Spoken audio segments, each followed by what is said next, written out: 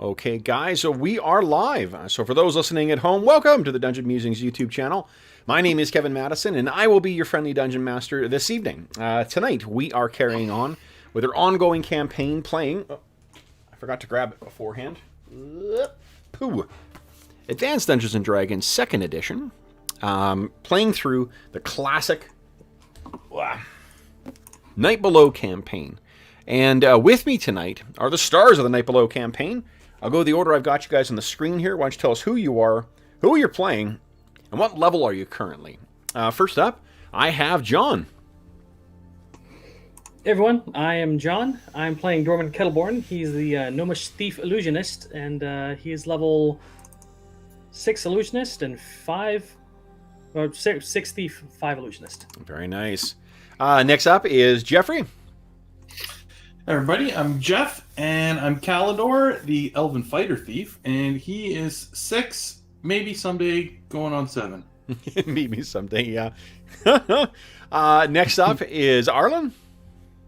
Hi, I'm Arlen. I'm playing Bergour, the Dwarven Fighter, who has already made it to 7, which means he just has to wait even longer to get to 8. This is true.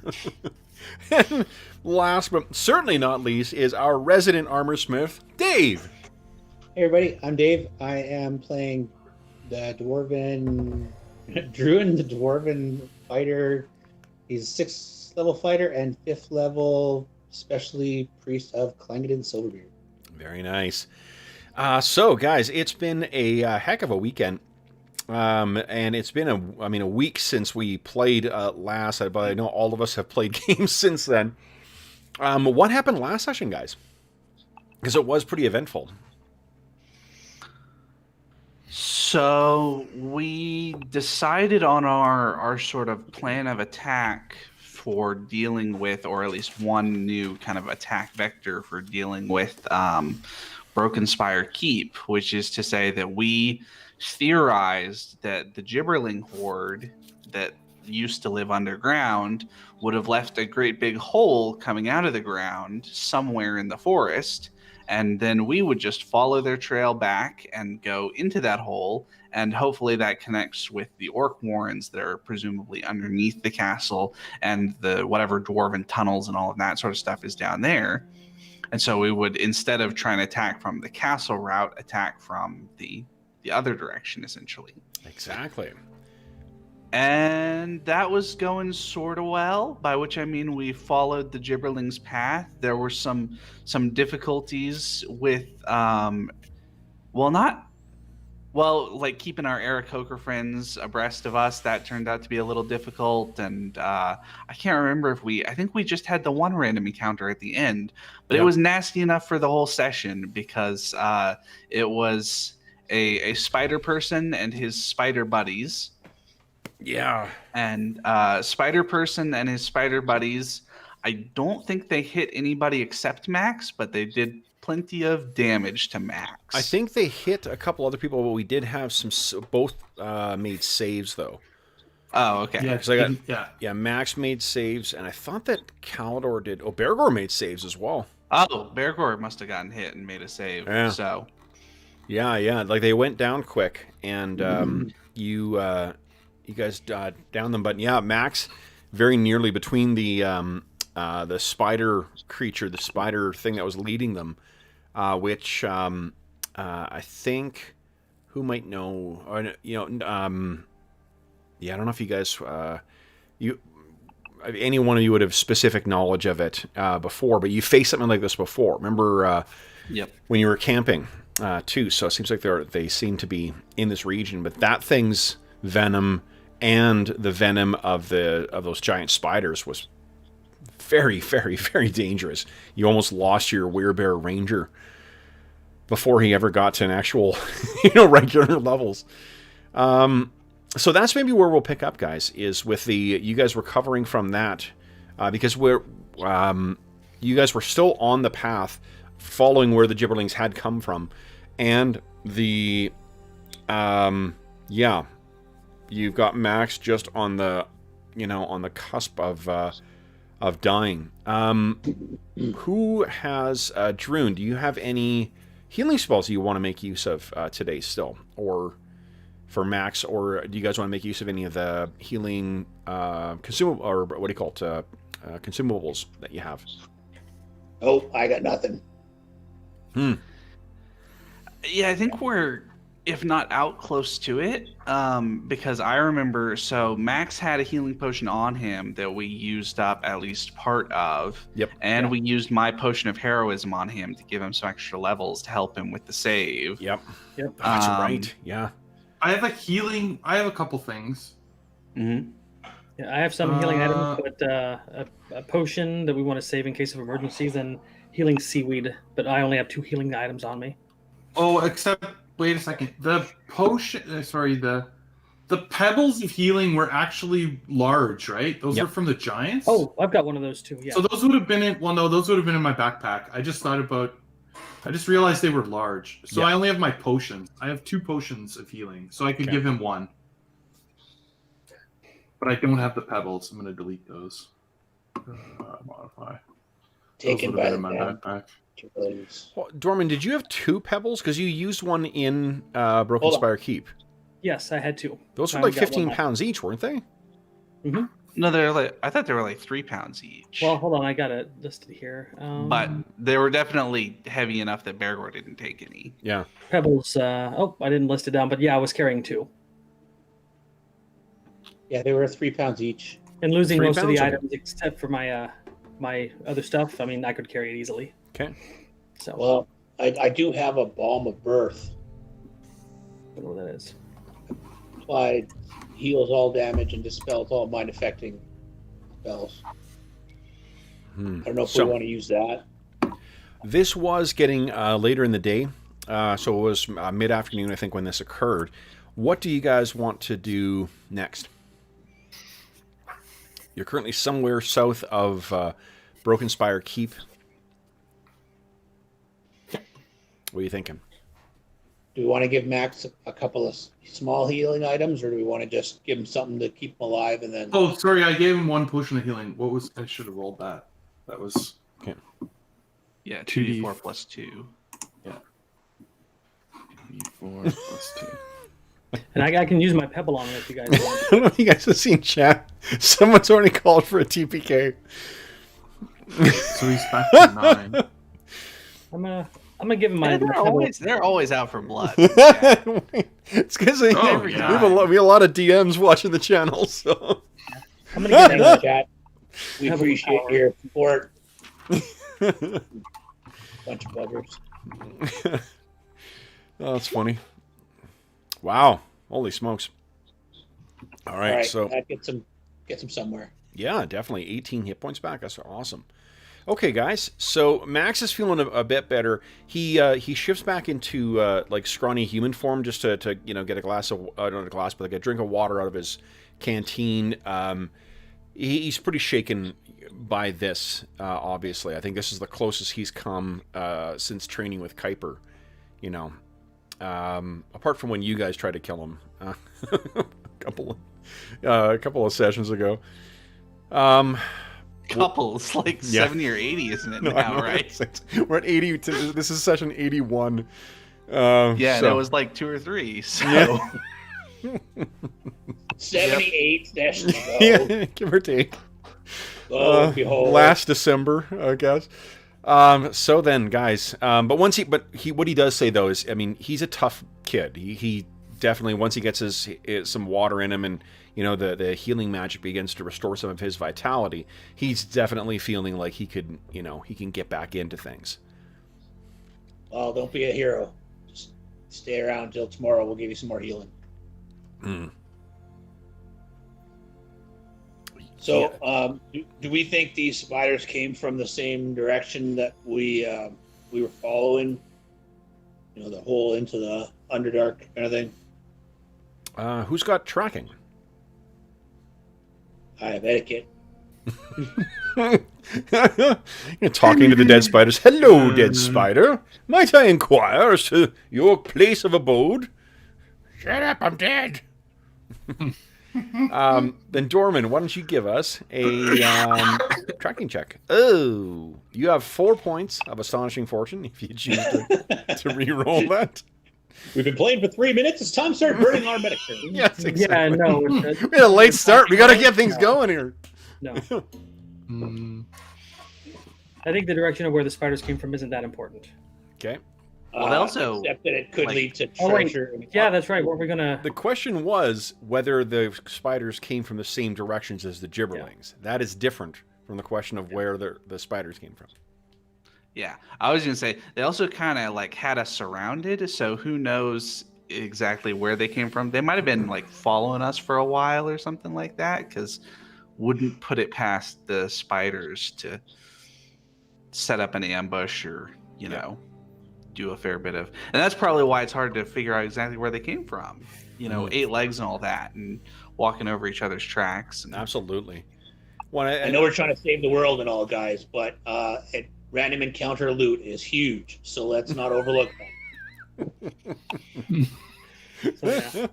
You guys have hit the jackpot the last couple of sessions in our what do you call it, in Legacy of the Crystal Shard, for sure. But then what do you guys wish to do? You still have daylight. It's summertime, so you got lots of a couple of hours left to still carry on. As with the path you follow thus far, it's very hard to not find the gibberling's path. So you're easily able to carry on if you choose to. What are you guys thinking? I think carrying on. What do you guys think about keeping Max in boy form and having him with orders to just run and hide if something goes wrong, instead of Max in werebear form where he's far and away the biggest target out of the group?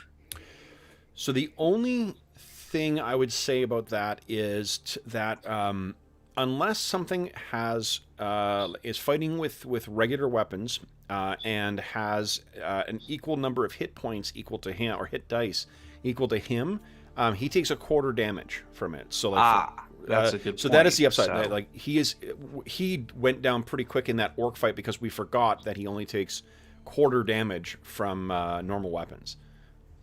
So he in a lot of circumstances but in this one also, I mean, you fail your save, doesn't matter how many hit points you got. Yeah, I mean, if you've got, say, 85 hit points, it doesn't really matter if you get poisoned. To pull a number out of the air. Mm-hmm. To pull a number. I wonder whose number that is. That number probably also comes with a +4 save against. Yeah, exactly. The huge Constitution bonus. No, but so I guess that is a good point. That if Max isn't taking nearly as much damage from most creatures, then Max in werebear form as the big target isn't as dangerous, even with him low on hit points as he is. He'll sort of take the lead from what you guys think, and I'm picturing you guys are sort of standing off to the side while he's, Calidor's giving him a drink and kind of giving him a pep talk, and you guys are like, look, did we make sure that he hangs back from now on, or so this could be an in-character thing that's happening. Well, and how long did it take him to change? Is it one turn or one round? Well, one round, not one turn. Okay. His turn is, I suppose. So he's not really that bad. Like, we've had other players, other characters as wounded and survived.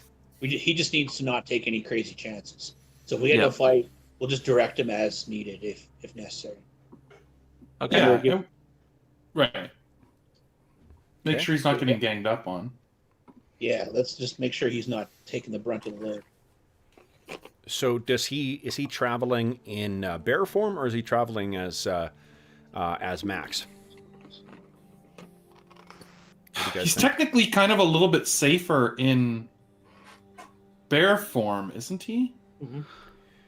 Yeah. Well, it's definitely safer if we get ambushed by creatures that aren't going to do full damage to him. Right, that's kind of my question is about the trade-off of he's kind of the smallest target while accepting Dorman. He's kind of the most limited target in human form because he's just a kid, right? And even a pretty bulky kid like him, he's still, not wearing heavy armor and all that sort of stuff. And I don't know. I'm kind of leaning towards bear form now for travel, just in case we get ambushed. And maybe we can keep him in the middle, so that hopefully, if there's an ambush, we'll, have him be not kind of the most obvious. Well, he will be the biggest target, but that if we have Bergour and Druin a little bit, 10 feet ahead and max, then we'll at least be close enough to close, hopefully, if something starts shooting at him. Maybe if we just talk about this for 2 hours, he'll be safe. So, like, Druin and Bergour in front of him, Kalidor behind him, and Dorman on one side, kind of thing. Yeah. Okay. Okay.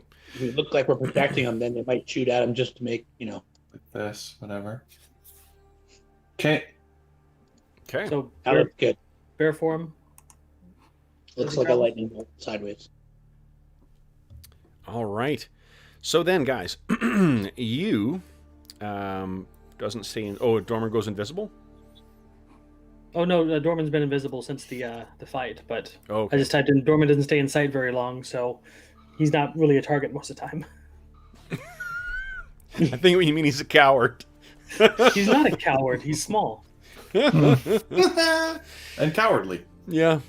Okay. Say that when I save your life next time. All right. So, why are we Norman's looking? not a coward. He does damage through us. Yeah. Speaking of which, how are we for spells right now, too? So you guys can judge how best to. I know Kalidor and Bergour don't have to weigh in on this bit, but Dorman, I can't remember how many of your enlarged persons were used. I only used one in the last fight, Okay. and I think I hit Druin with it. Mm-hmm. I'm going to cast strength on myself. What the hell? I've to catalog. I've got 3 enlarges, 1 strength, an invisibility spell, and a rope trick left. Okay. 30. All right. So then, guys, you let's see here. You finish getting up, and Max is going to be in human form for the next little bit. You said. No, in bear form. Oh, in Bear form until we know what we're doing, then just give me what a we're sec dealing here. with. Let me. Rawr. Oop. Rawr. There we go. So there we go. All right, then, guys, you're able to keep traveling until around. It's okay. It's 1 more strength. Mages gained 4 strength. Oh man. Okay. Who is that on? So, Kalidor. God. Oh, nice. we might remember, guys, that spells cast today means spell prep tomorrow. So before we spend all our fancy spells right now in a situation where we don't know if they'll be useful. Sounds like a warrior telling a priest how to cast spells. All right, let's keep going. So, guys, it is. It gets to around 6 o'clock. So this happened at about 3 o'clock.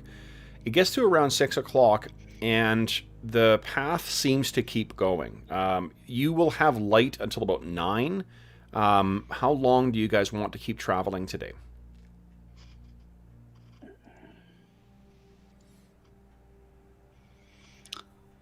We've got water, and we're getting food and water from Druin. So I guess it depends on if we're trying to hunt and find water or not is the big thing. Yeah. Well, I mean, you need... can't. So, the rules is written, what you need is an hour. An hour is spent with some of you guys finding firewood, some of you guys setting up the tent, and like the camp and whatnot. Some of you guys hunting. Some of you guys may be looking for herbs or whatnot, like Chael or Carrick. I think Carrick's got herbalism. Yeah, so all you need is an hour. Mm-hmm. So if you want, and you guys did start late today as well too because of the spell prep.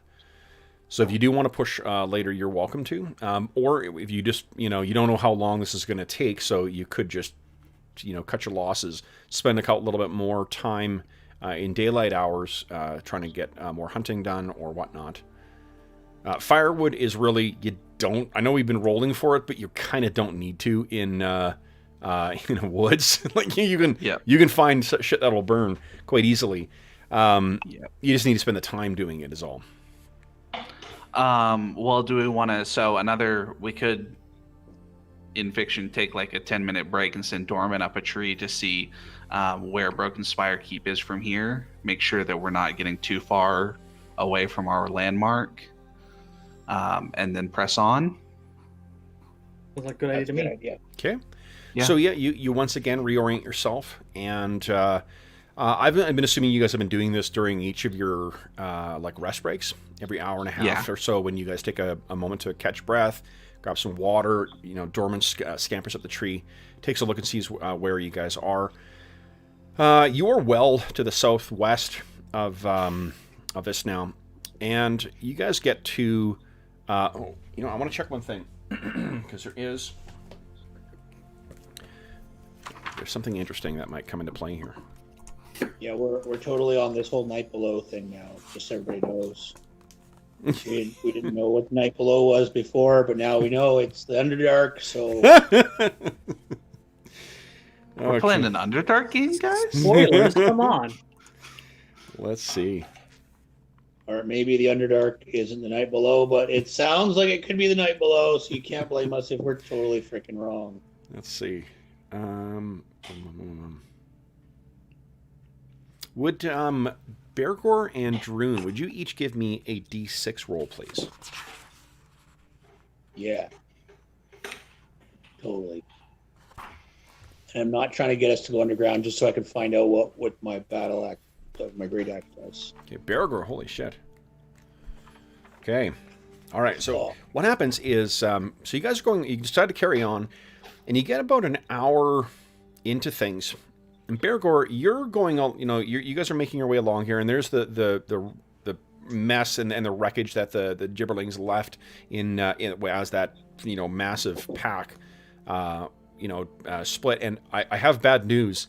It looks, or has, since they've gone by, there's at least 1 point that you pass in the first half hour of travel that suggests there's at least 2 other hordes of Gibberlings. What? So they're sort of roving the countryside out there somewhere. So, Yes, we're sleeping in all our gear, boys. So what? That's all we have. I did repair a rope trick, so we might be able to dodge one of the hordes. So. But what you find is, Bergour, as you guys are going along,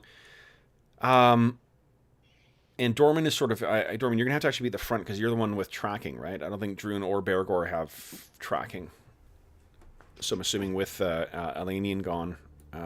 So I'll just... It'd be no different than usual. Elf up front invisible. Dorman will be up front invisible. Yep. Okay.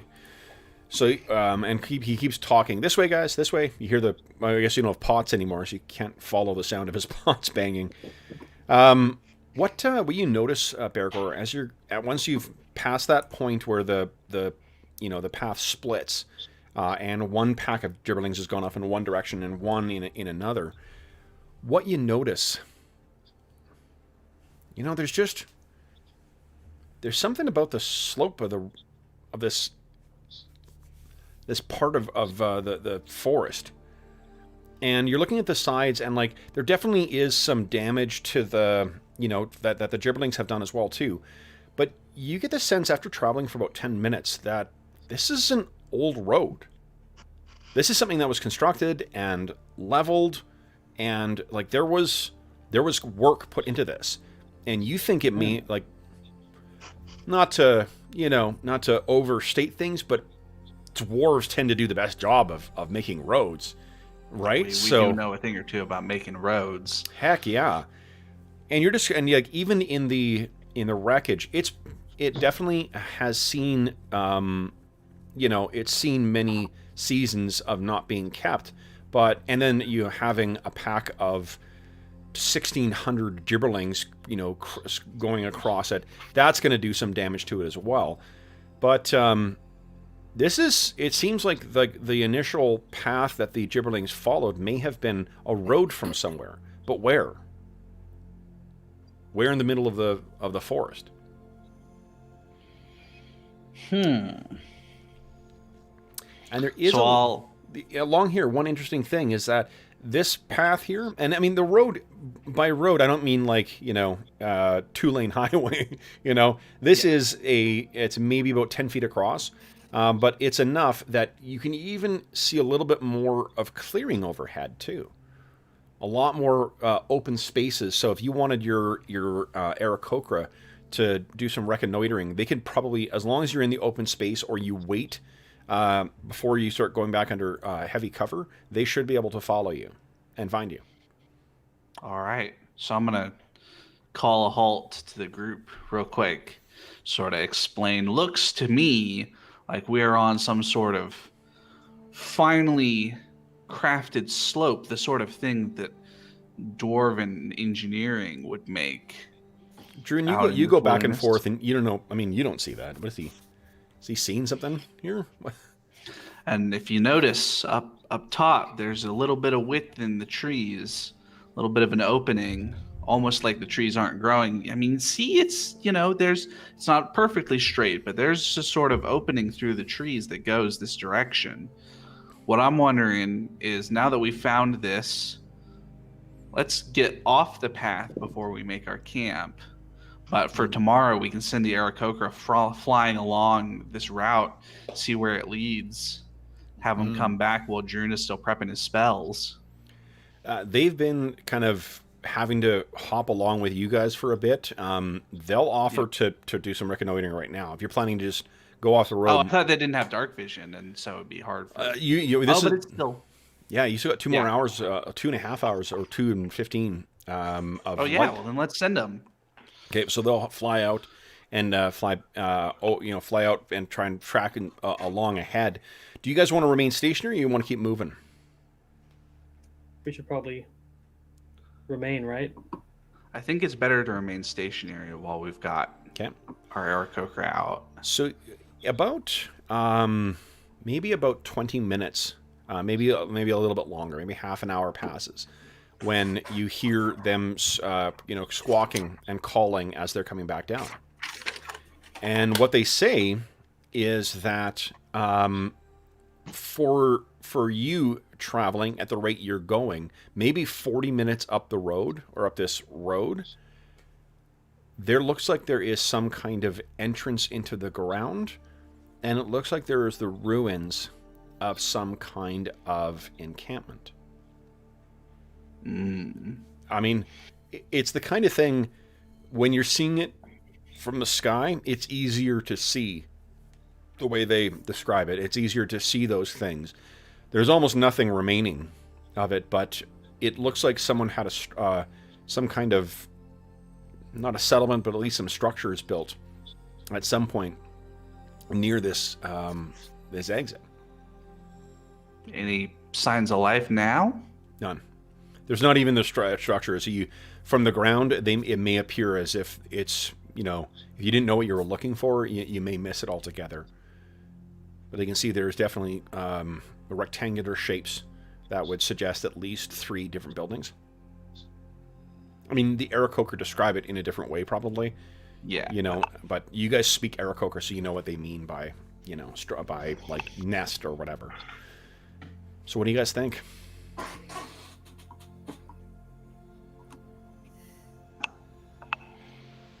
You guys want to head to the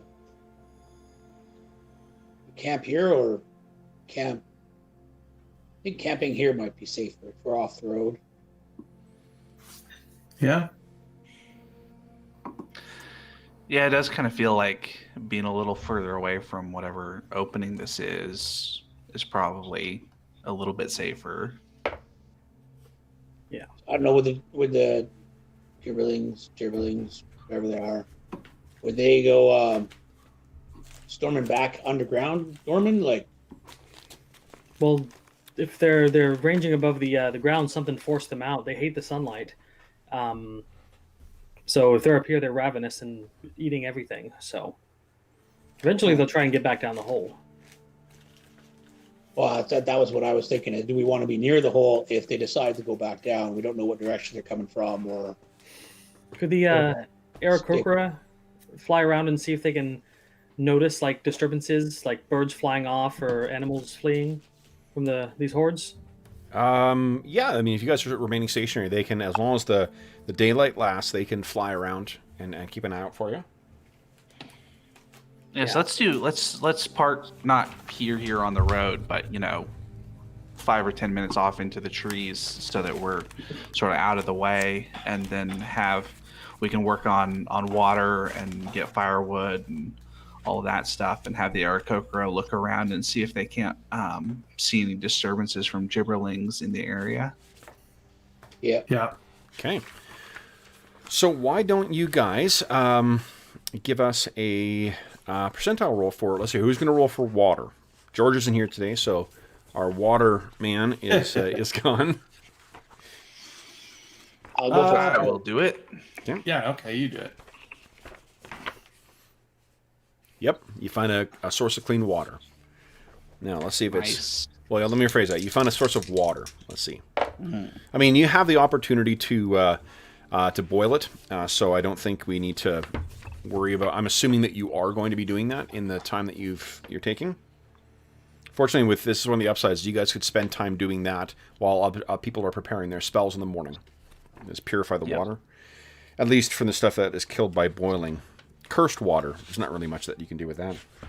What kind of jerk would curse the water? Who's going to go hunting? And if we get a big score hunting, do you want me to still take my create food and water spell?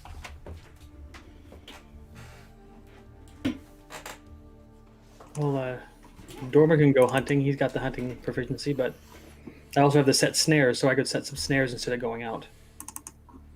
Calidor, do you hunt? Snares you wouldn't be able to check until the next day. Oh, yeah. Right? So, I mean, that's not to say not do that, but it's just that it would take you till the next day. Let's send Dorman and Calidor hunting, and if they don't find anything, we'll just rely on magical dwarven food. Okay, so Calidor Calidor, tastes very good. You're going to have to take your armor off again. Then I guess that leaves Max is setting up the camp. Bergour, you're going to grab firewood?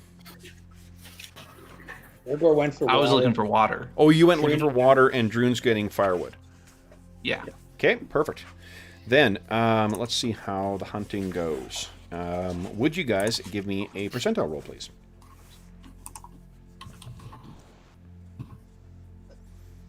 Nope. Oh, guess you only wanted one. Both. I'll take... oh, fuck, but there's more of you going. So, I will take the first one, because that's what I would always do. And that one is a success. So, give me a D6 roll, please, Jeff. Let's see what you find. 4. Okay, interesting. You find... Let's see here. 3. All right. So let's see what's in this region here.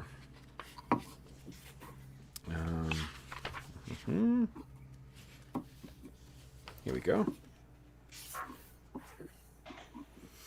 Oh, boars. 3 boars. Hopefully they don't fight back. Feral pigs. Killers of kings. Yeah. Oh my Killers God. of Kings. Totally. God. Making sure neither one of us are royalty, right, Calidor?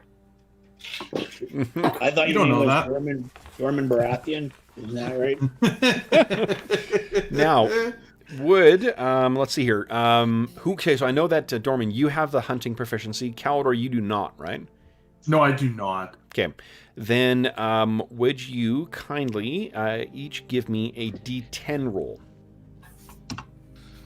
Dorman, nice. 2 hits. So you've downed one of the boars. And Jeff, you've hit one of the boars. Okay, so we've got... there's only 3. One of them is down, and one of them is injured. Guys, roll again. D10, please. Dorman takes a second one down. Calidor, let's see if you get that first one down. Yeah, okay, sorry. Just got a text from my dad. D10. Yeah. Ooh, so they would have... This one was charging for you.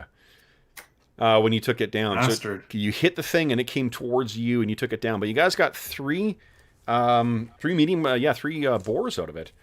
So the boars, you will be able to get, I believe it's 3 people can feed off a medium.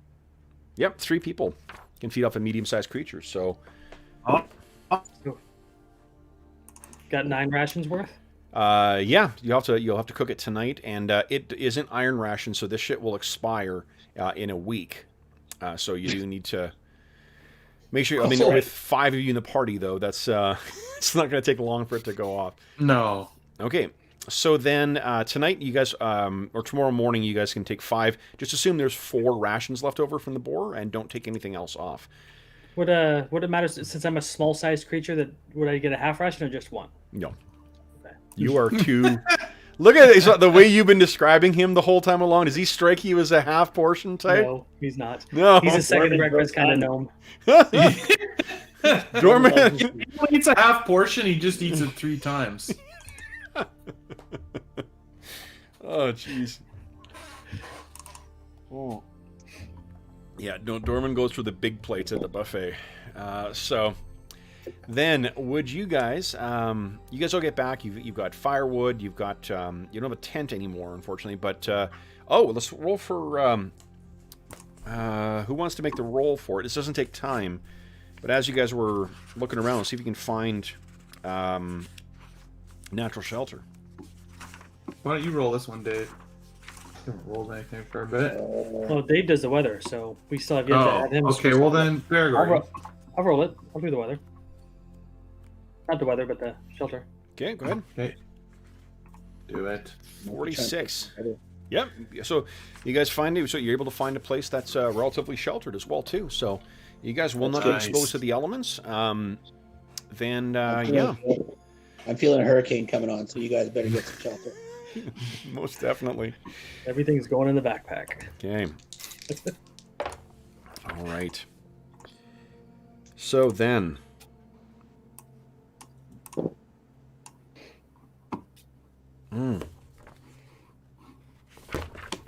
That's interesting. Okay.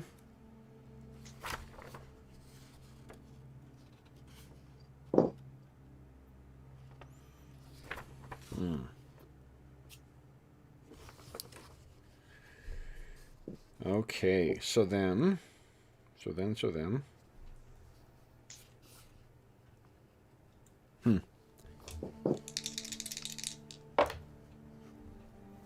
Oh, sounds like rattlesnakes. Yeah, really. All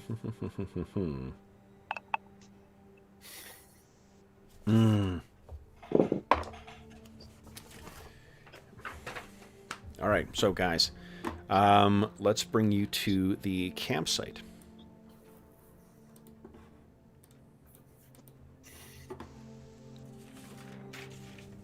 Look at all your friends there. Everyone hanging out, running away from the gibberlings. Let's put you all in here. You don't have... you know what? Actually, I guess since we've got everyone on that thing... Yeah, and there's no tent anymore anyway, so we might as well use this map. Just as good as the other. Yeah, it's more like we're like camping under this tree. Yeah, really. Let me just move you down here. Okay. Oh, I lost Calidor. Oh, that's why you went. All right. I was like, why did Calidor not come when I dragged everyone else? Okay. It's too fast. Prop comedy. That's why. So you guys made your as best of a kind of a campsite as you can. You dug out a little hollow so that you could have your firewood burning in there. You're cooking the boar meat, over the open flame.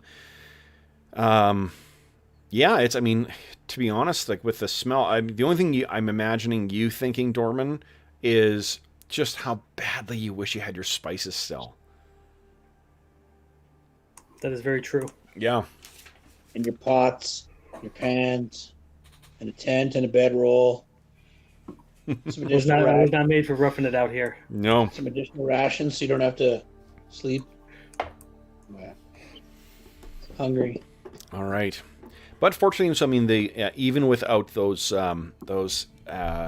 accessories and those parts, or the little luxuries of civilization, it still is pretty good. Like you do. If you want to, do you want to give us a cooking roll, Dorman, and see how the boars turned out? I know you've done that before. Yeah, pretty good. I was hesitant in case I screwed it up. But... Charcoal. Sorry, guys, we got these 3 boards and I ruined them. I love it. Well, that would be us seeing you spending an astonishing fortune to re-roll the cooking rather than re-rolling your tracking. All right, that is some good role playing. Then the would you guys give me a D5 roll too, please? D5. That's new. Okay. That sounds like who's on watch when shit hits the fan. It's probably Dorman.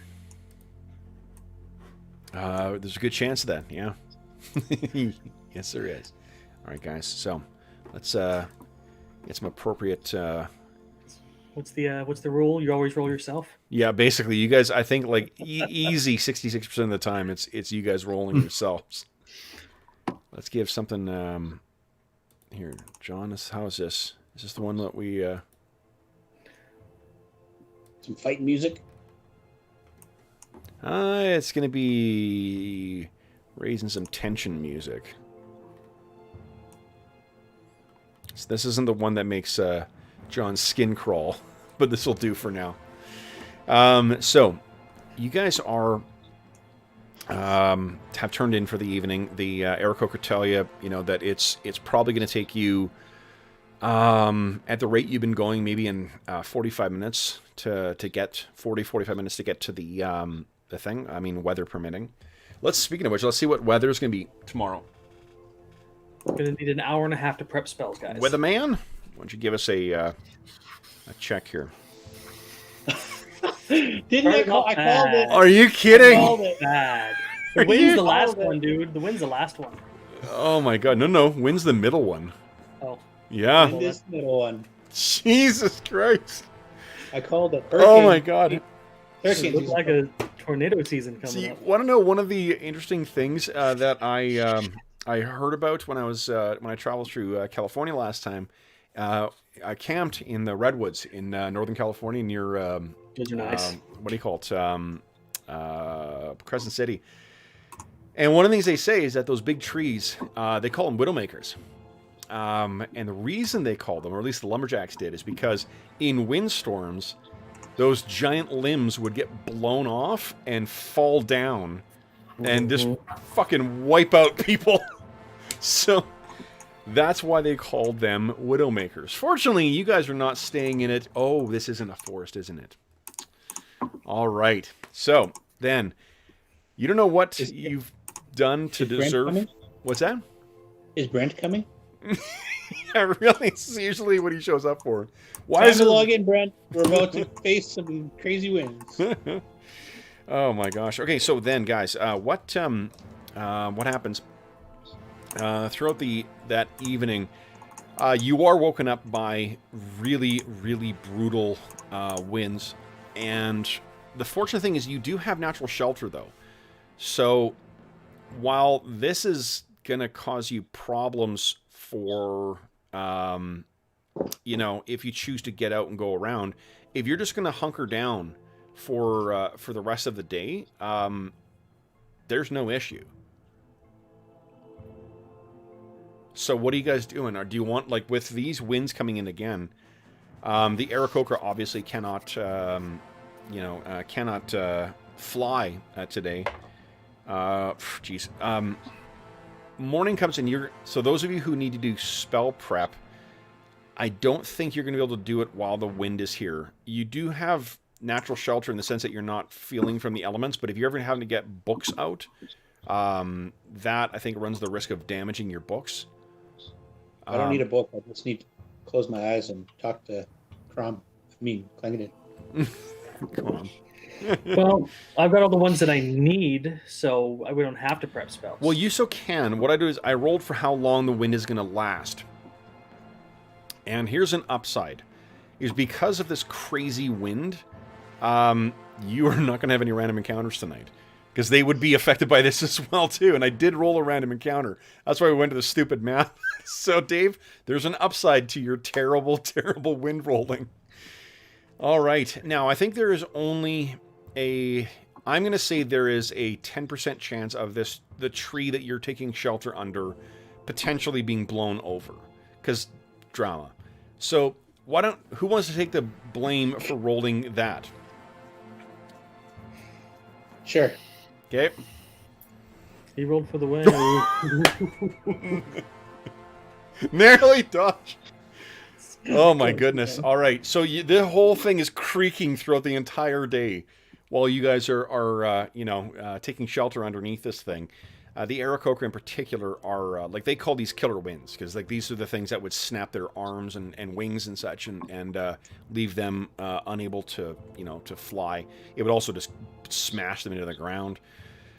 So they're particularly terrified of this. They take this as a bit of an ill omen for what is to come.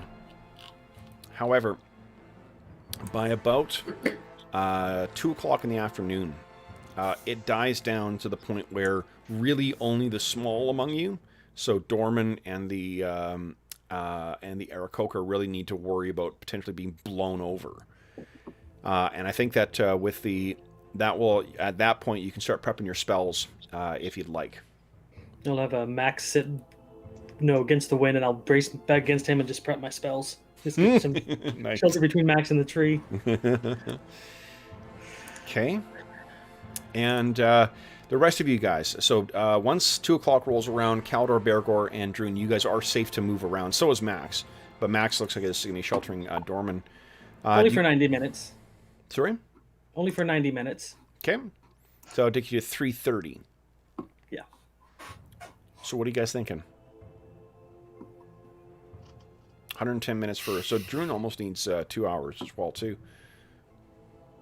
Do you guys want to do anything once the things die down, or do you want to wait till Dorman is finished up? You guys could go hunting during that time if you'd like. You could... I mean, if you want to collect firewood for the next day, you could do that as well, too. Oh, weak healing.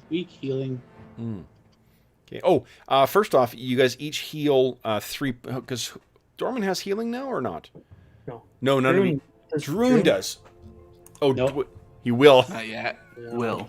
I have to train first. It's going to be so sweet when you get that. Then you each heal 1 point overnight. Okay, Max is nearly full now. Wow. Nicely done, Druin.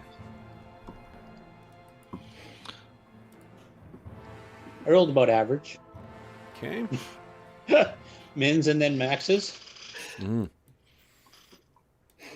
So, man, guys. Yeah, I'm happy to go grab some firewood while everybody else is prepping spells and stuff. So seems like this might be our camp for a little while if we're gonna make forays into the opening. There was a torn apart camp, right? Well, no, it's more like ruins. Oh, okay. I think that's how Aarakocra described it, was more like ruins. Yeah, it sounded to me like the sort of thing where there's like the foundations of a couple of buildings left and basically nothing else. Okay. It did not sound from their description like it was an active camp or anything like that, certainly. Sounds like good dwarven foundations. Yeah, like a couple of, why doesn't the tree grow along this particular rectangular pattern? Oh, it's because there's rocks in the way type thing. Mm-hmm. Okay. All right. You're getting wood. Caldor, are you doing anything? You going to get food? He has to go out with somebody with hunting. So if he wants to wait, What? me and him can go hunting He again. does. No, he No, I doesn't. don't have to. Oh, no. He No. can No, go you out on his own. He just doesn't get Go hunting too- without the hunting proficiency, you're just less effective at taking down game, which might be a problem if you run into a bunch of boars again. Well, he's an elf. He can sneak away. He's Caldor. He doesn't need to speak. All Oh, right. thanks. So, And Jeff's loving this so much. He and Arlen are both going to come back and play Crystal Shard with us on the weekend, maybe. You know it. Because we kind of miss you guys in Crystal Shard, you know. Saying. True. You just need more bodies to throw at the enemies. That's all it is. Not at all. We've been getting some pretty awesome loot now. Okay. Yeah, you guys, to be honest, have been. All right, so, guys, let's talk about... you got your spells prepped. You got yourselves healed up, it looks like. Druin has more hit points than he... Or has healed more hit points than he actually has, it looks like. Based on his token. I added one for healing overnight. Didn't realize I was already at full. Okay. Let's see here. Because only an idiot does that. Not at all. All right. Is this... Well, maybe a cheating bastard might do it too, but... Okay. Is this the one I wanted? Sorry, guys. There we go. Yeah, that sounds about right. So, the next day, the wind is, or later in the day, the wind has died. Oh, hold on. Before, did I hear that Caldor was going to go hunting? Yes, I could. Yep. Go ahead and give us a percentile roll. See if you come across anything here. You do. Give us a D6 roll. Across a hostile fang dragon. 2, okay. So that is, let's see here. 1 hair. So it'll only take 1 hit to take it down, but there is a rabbit you can take down. This will feed 1 person. Give us a D10 roll. Caldor goes back. I got my breakfast. What's wrong with you guys? Well, that's exactly how much we need to feed the 5 of us. Yep. So 1 is down. There you go. All right. That's funny. You bring back Coney. Even in spite of the wind, you've got a... What do you call it? A rabbit to add to the mix. Yeah, so you guys, you have 5, I guess you've eaten 5 rations today, and you have 5 for tomorrow as well. In addition to whatever else you've got in terms of iron rations and such. Now, That's good. I didn't have to take that damn food spell. So I guess it's later in the afternoon when it's finally safe for both Dorman and the Aarakocra to move again. It's still quite windy. But you guys have at least, I'm going to say, like 4 or 5 hours worth of daylight left. So this is the advantage of traveling in the daylight. Let's see what's happening today, too. Let's see.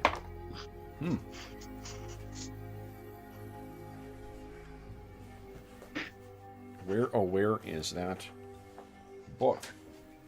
You know what would be really unexpected? If Knox showed up. Is George in chat? Well, I don't know. Okay. Just think it'd be unexpected. All right, so here we go.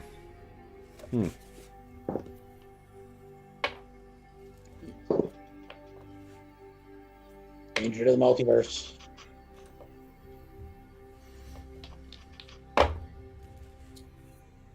Looks like we don't have to cast Magic Missile tonight. All right. So then, guys, with the wind having died down, you guys are free to go. What are you doing with the Aarakocra? Are you casting 2 invisibilities on them again, Dorman? I have 2 prepared in 1 10-foot radius, so I could. But do we want them to explore? That's the question. Well, and here's the other thing. If we're going underground, are we taking them with us, or are we going to send them back to their encampment? Let's send them back. If you bring it up to them, they are very, very, very against going underground. That's what I figured. Yeah. Yeah.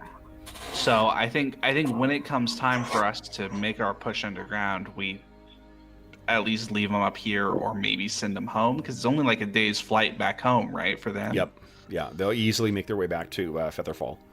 Wonder if they could bring us some supplies back.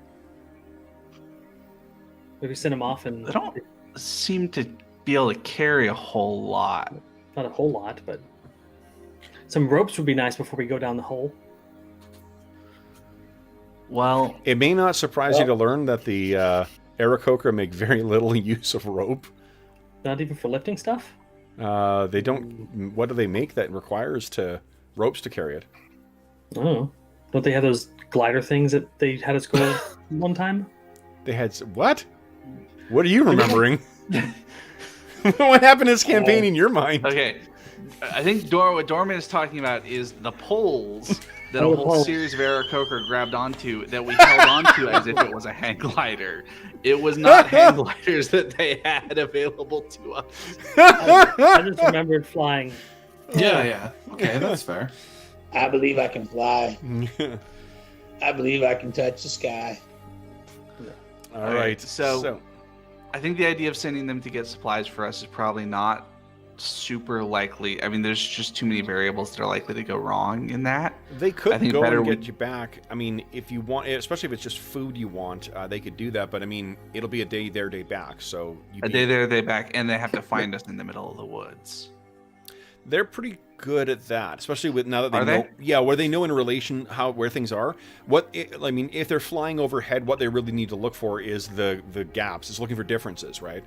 Mm-hmm. They need the exposed area where there's a hole in the ground that's visible from the sky, and that's going to be south, a mile or so southeast of Broken Spire Keep. Okay. So they can do that. I mean, if that's what you want. Could they bring some extra water skins too? I'm trying to think if the Aarakocra would make use of such things. They probably do. They could. But I mean, they're very limited in what they can carry. These things are... but they could bring us empty water skins and we could fill them up ourselves, right? Yeah. Because they're not very heavy while they're empty. Yep. I'd give them a backpack to carry all this stuff, but mine got ripped apart by the Timberlings. Mm-hmm. So, well, let's see what you find there first.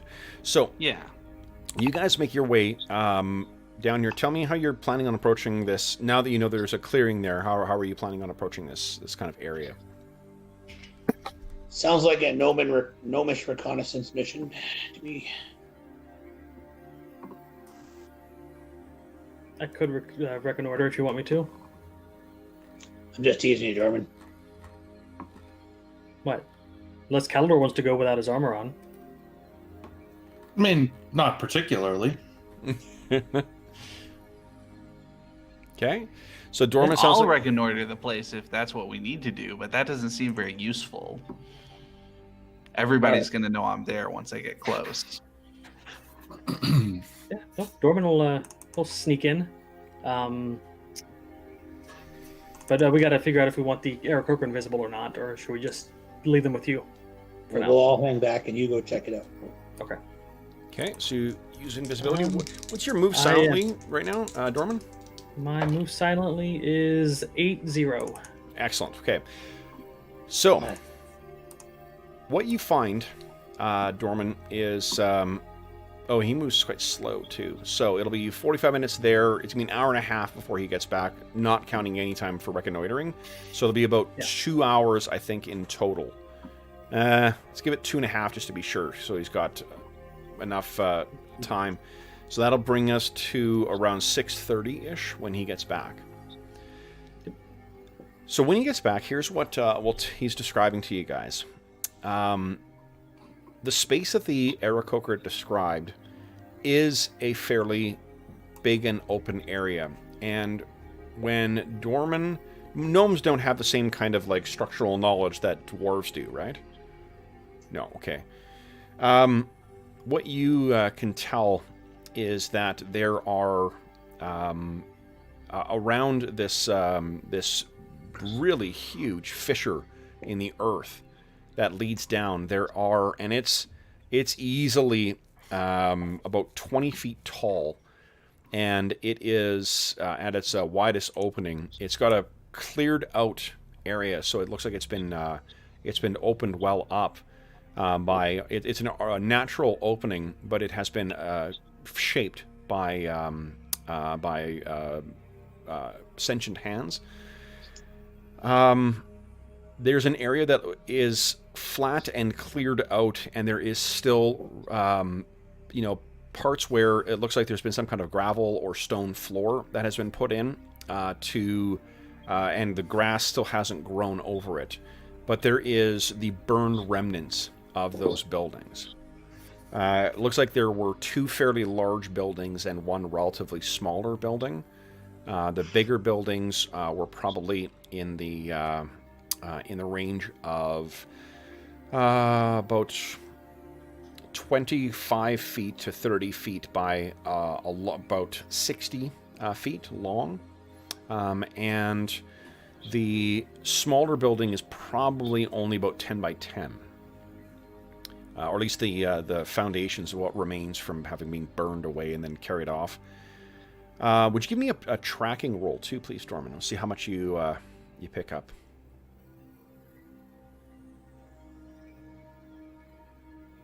$18 again.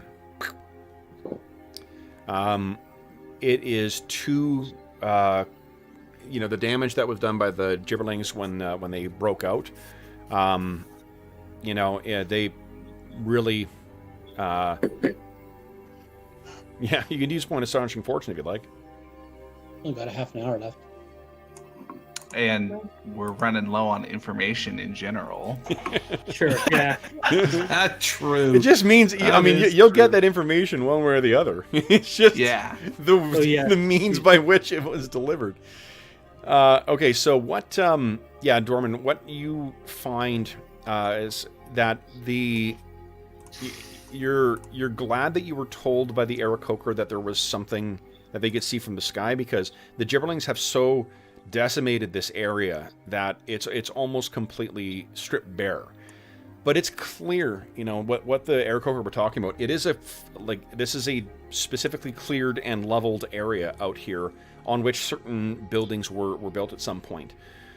What you can also find is near the entrance to the cave, and seeing these is probably what keeps you from going any further inside. There are marks of some kind of spider creatures, definitely some large arachnids, and also those weird splayed 2-toed feet that the Ettercap had. They seem to have been layering in this old thing. But one thing you did spy, I think you can see it from the entrance. Let me take a look at the map quickly. Oh yeah, there is steps winding down into the fissure. They are built into the natural shape of the thing. Do they look anything like those steps in the giant areas that we saw going into the deep ground? Do you mean like the ones winding around in the fists? Oh, those are way more precise. This is something where someone has carved something out of natural. Yeah.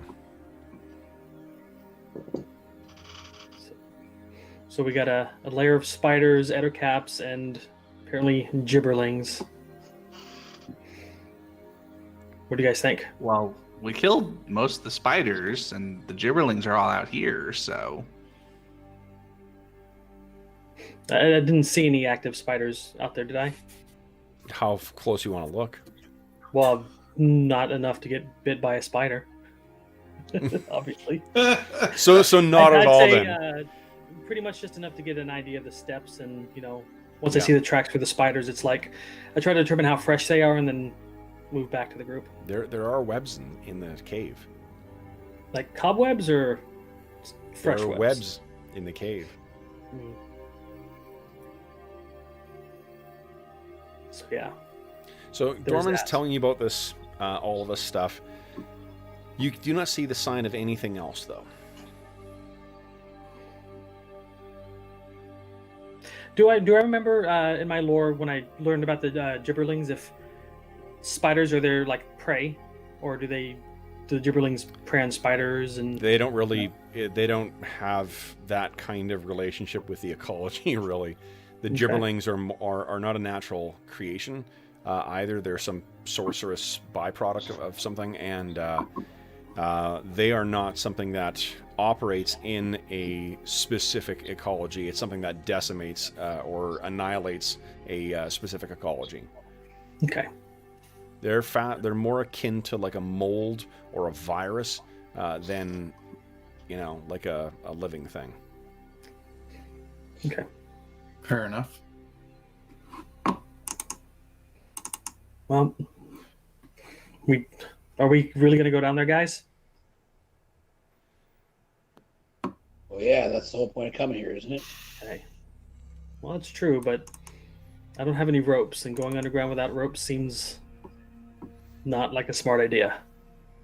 I should probably prep levitate. Maybe that'll save somebody. Depending on how long you guys want to wait, the Aarakocra can contact Serene, and Serene could potentially get something for you. It's just like that. Remember, she communicates with them in a fairly regular manner.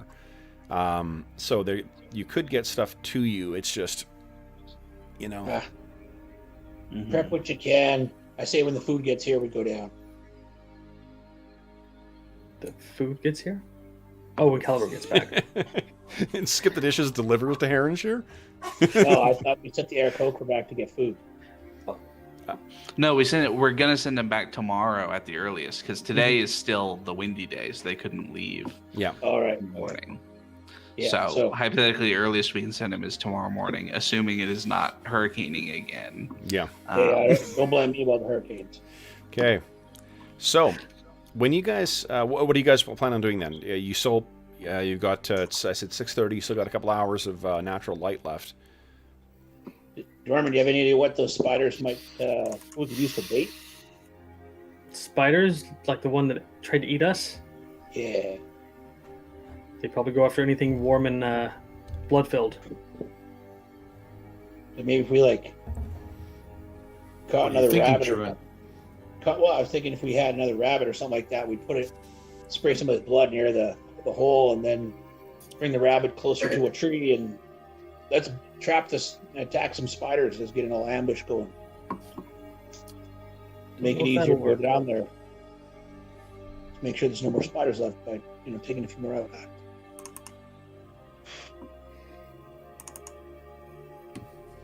That's a terrible idea. It might be a terrible idea. I've never hunted spiders like this. Me either. I've only seen spiders a few times this big. So what are you thinking, guys? I think we go down there tomorrow morning. Okay, I'll try and make some smart spell preparations. Okay. All right. Everybody get your stuff ready, and we'll just go down and see what's what. And if there's bad monsters there, we'll do our best to kill them. And otherwise, we will run away. Okay. All right. So then, you have a chance to roll for hunting again tonight. Who's going to go hunting? Both Calidor and Dorman, or just Calidor? What do you think, Brian? Both of us going out would be a good idea. Okay. So give us. I'm assuming. Let's see here. Druin's going to get the what do you call it? Firewood. Bergour and Max are just going to kind of hang out in camp. That sound right? Okay. So then, who wants to make the percentile roll for hunting? I'll go for it this time. Yeah. One. Yep. Give him a D6 roll, please. Oh, I just threw some random thing out there. Ooh. One top skip 6. edition. Okay. So. Found a dragon. Yeah. That's not on the hunting table. No, it's 2 deer. Now, these are large-sized creatures, which mean they need 4 hits to take them down. And hunting proficiency gives me 2 with 1 hit, right? You get 2 hits for 1, so you would need 2 hits to still down this.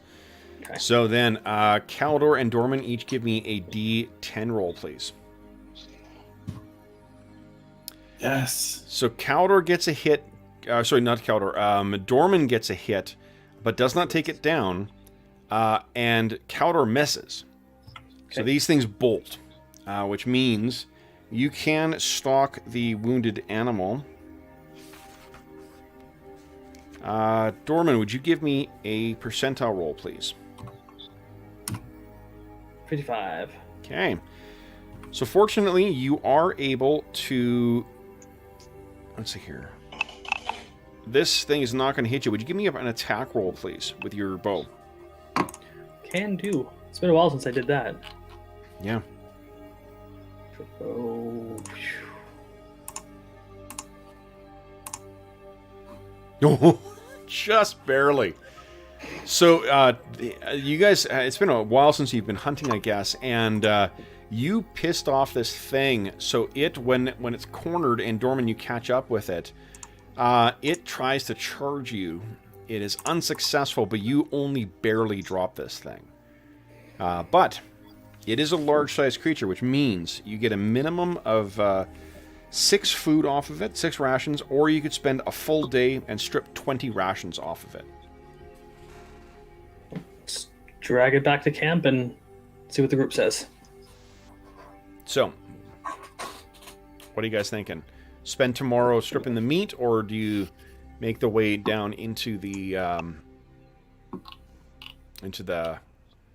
cave?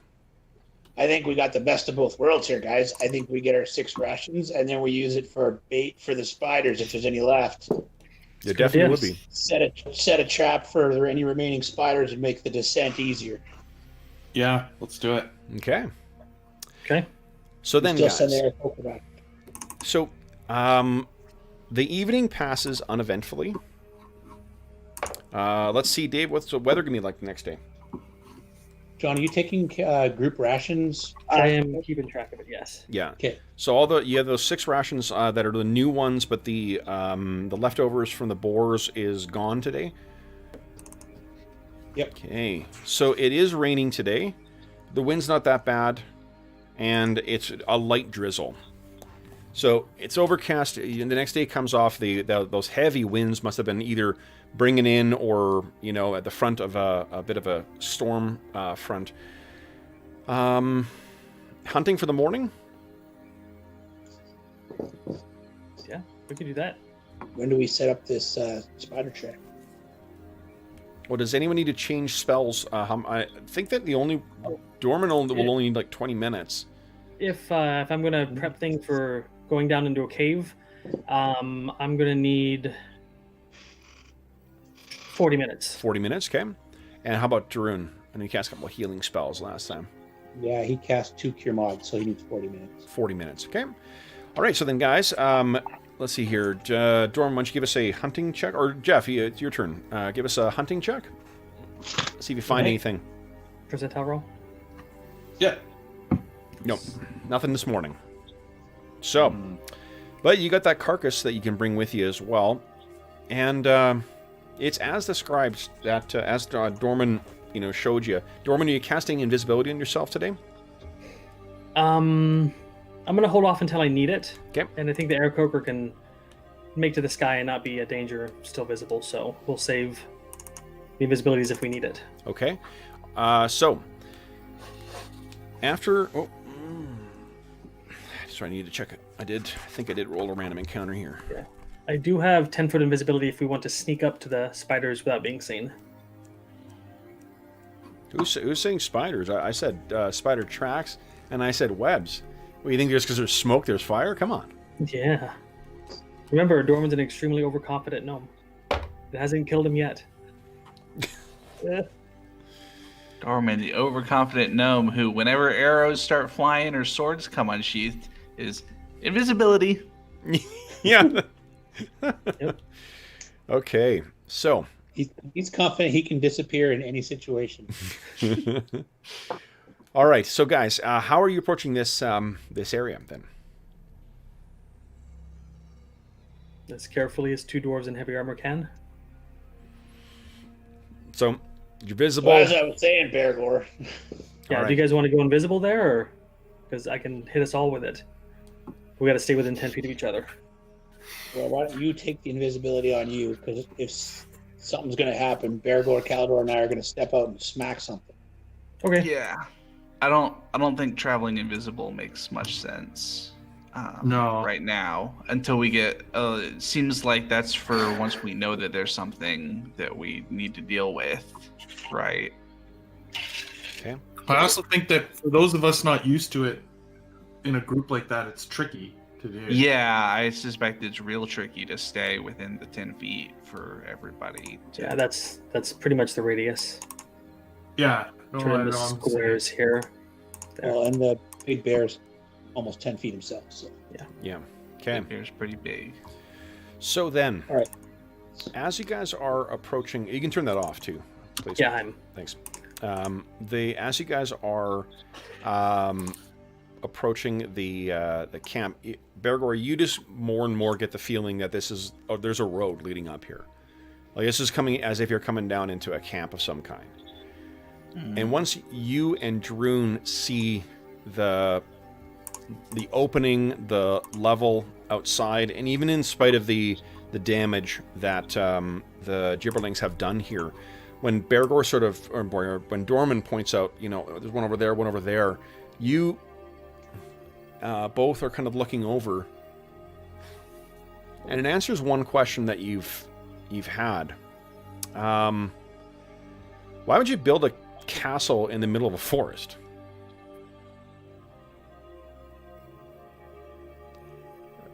Maybe if there's a mine nearby, because this strikes you as a mining camp. And they call it a mine. A mine. So, yeah, this is it's destroyed now, and it stripped down to nothing, and it definitely takes advantage of the natural aperture of the mine or the entrance to the cave. But yeah, this is not, it strikes you as probably that might have been lodging, that might have been warehousing, and a small house perhaps for equipment. Yeah. You feel like it's probably got dwarven craftsmanship behind it as well. There's nothing really. This is burned down to the foundations, and then the time and the Gibberling swarm have torn up whatever may have remained. But yeah, it's strange because have you guys heard of any dwarven contact between the Palfreys and any of the dwarven clans here? No. So, what is also getting your attention is the huge cave mouth that leads inside. Is there anything odd about the dwarves building structures up top instead of carving into near the entrance? There's not really enough near the entrance. This is sort of it's like a limestone cave where it comes out of the earth and then it leads down within. You've seen these things all across the Flanace, and certainly where you guys are from in the Ulex states. There's lots of these caves. One of the reasons why your people settled there is because, it's a lot easier to fashion an existing cave to fit your needs than it is to drill one down into the earth. Which may be the case here too. Doesn't seem very big though. For this, two small, relatively small buildings and whatnot. That they mine copper up in the, I think it's copper and silver in the Blandride Hills, in the northern part of Heronshire. But for this, a small operation, it's got to be something valuable, no?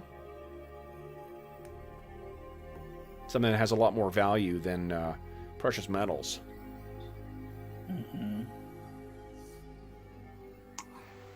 So, what could that be? Yeah, what's more valuable than precious metals? So then, the cave is, as Dorman says, it seems to go in and then arc to the left and start making its way There is a the path that caves will take is just the path of erosion, but it makes for very irregular and whatnot. But what you can see is that there has been an effort made to try and create a floor in here as well too. Limestone particularly is incredibly slippery when it gets wet. But there's other stone that's been put on top here to lead down towards where those steps are that Dorman described. And you can see that there's some steps that are built in there as well too. Steps is a strange thing to have in a mine. Certainly doesn't it doesn't doesn't make for a very quick and easy transport of the heavy rock and stuff like that. So maybe there's something more to this. But it leads down. And you can see, not the tracks, but the cobwebs and other webbing that Dorman described for you. The two dwarves, and actually, Calidor, you got dark vision. You can see this clearly as well, too. The cave goes in about maybe about 40 feet before it kind of turns and then starts heading down. Max doesn't have dark vision, does he? Max does not have dark vision, no. It's a good thing I prepared infravision. How long does infravision last? Pulling it up right now. Okay. It's a 3rd level spell, I believe, so... Oh, nice. So hopefully it's, a few hours per level. Infravision it'll last 7 hours at my level. Oh, nice. Okay. Good. Wow. Good. See, there is some reason we keep Dorman around. I am the utility gnome that backstabs occasionally. All right. Well, then, Bergour's happy to take point. Start heading down those stairs. So the Aarakocra, what instructions are you giving them then? Stay out of the way of anything nasty. Wait, we're not bringing them down here, are we? No, we're not taking them in with us. Okay. But are they bringing stuff back for you or not? Yeah, are we setting a trap for the spiders and waiting for the Aarakocra to come back? So one thing you guys would remember as well too, the reason that the Aarakocra were loath to come anywhere close to this place in the first place, they didn't want orcs knowing that there were Aarakocra in the area. Yeah. Right.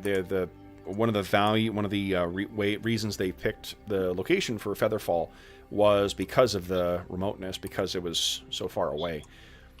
But they are so grateful for you for what you've done. They'll definitely bring stuff for you, and certainly bring as many as is necessary to carry that, even though their numbers are kind of diminished after the war with the gnolls. But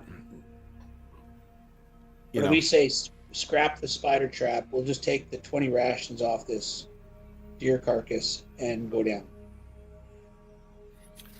So I think by this point you can't really, because you do have to kind of start dressing that stuff right away. Mm-hmm. Otherwise the meat goes off. So if you guys did drag the thing here and then make the decision, I think you guys may have had a chance to discuss this before you got here.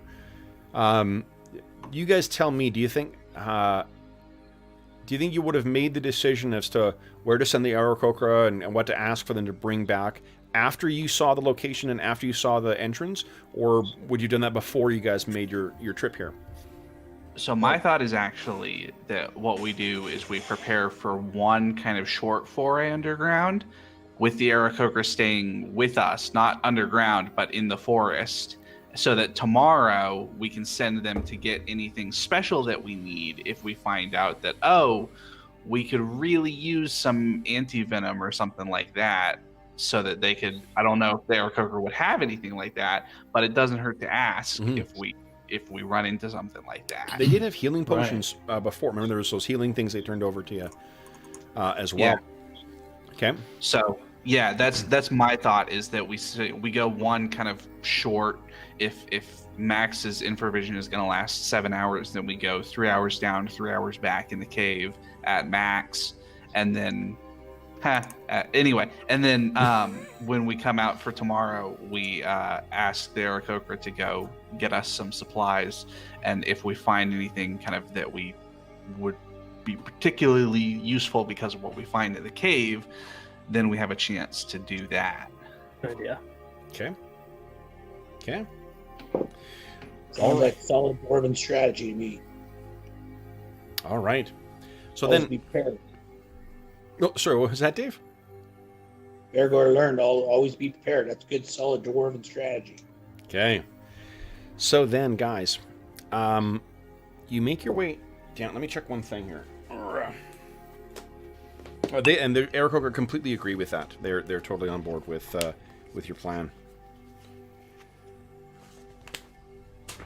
And they wouldn't bring up the fact that, like, the concern I expressed about being spotted by the orcs. That's just, I think, what you guys would be thinking of. Not having. I mean, you lived with them for 5 months or something like that, right? So you guys would be well aware of what their concerns are and what the community's, kind of what they would be willing to go through.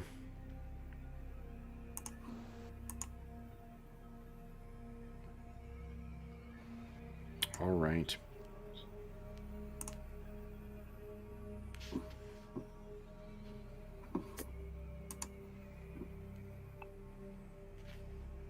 Okay. So, you guys, I know we're almost at quitting time, but let's just get a little taste of what's to come here. Yeah. Here we go. So, guys, are you leaving Max behind, or are you taking Max down with you? Well, it defeats the purpose of the spell if I don't bring him with us. What is the target of spell? Denver vision, creature touched. Okay. So, I wasn't sure if the lycanthropes would be affected by it. So, you guys make your way down. Let me adjust the opacity here to... Oh. Yeah, so that... There we go. The folks at home aren't going to have anything spoiled for them either. They'll see it when you guys see it. So, as you guys are making your way down, you find that you have to go single file for this first little bit, because it goes along, and what you can see as well, it looks like there is some kind of like pulley system that's been built into the wall, Bergour. So as it goes along, there's something like as if something was going to run dragged up on rails, so that to assist, instead of having people like carry loads on their backs, stuff will be loaded up and moved up along here. You just couldn't see that. But as it winds down, it opens up into a cave that seems to, or a cavern structure at least, that goes along for quite a distance further. And it, the sounds of your footfalls on the limestone floor suggest that the ceilings are much higher as well. And this is what you guys see. As you go down, you would guess you're about 40 or 50 feet down at this point, below the surface. And there's the sound of water. The odd pooey of something dropping down.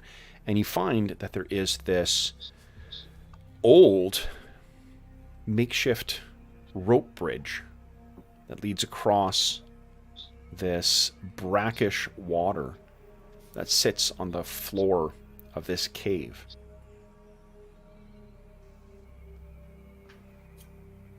And what you can see on the ceilings hanging down are webs. Yeah, but at least it's not those nasty stalagmite, stalactite creatures that were at us. The piercers? Way back when. What do you mean, yet? Hopefully they get caught up in the cobwebs if they try to fall on us. There's a whole host of just awful shit to be found in the Underdark. So, okay. Oh my god, especially the cloaker. Oh.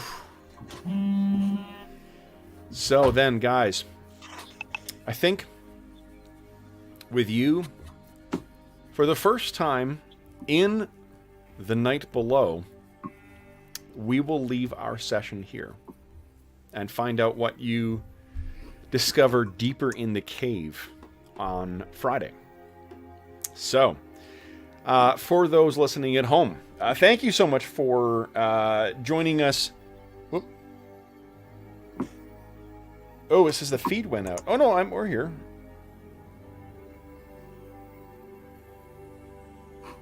Yeah, no, it was working earlier.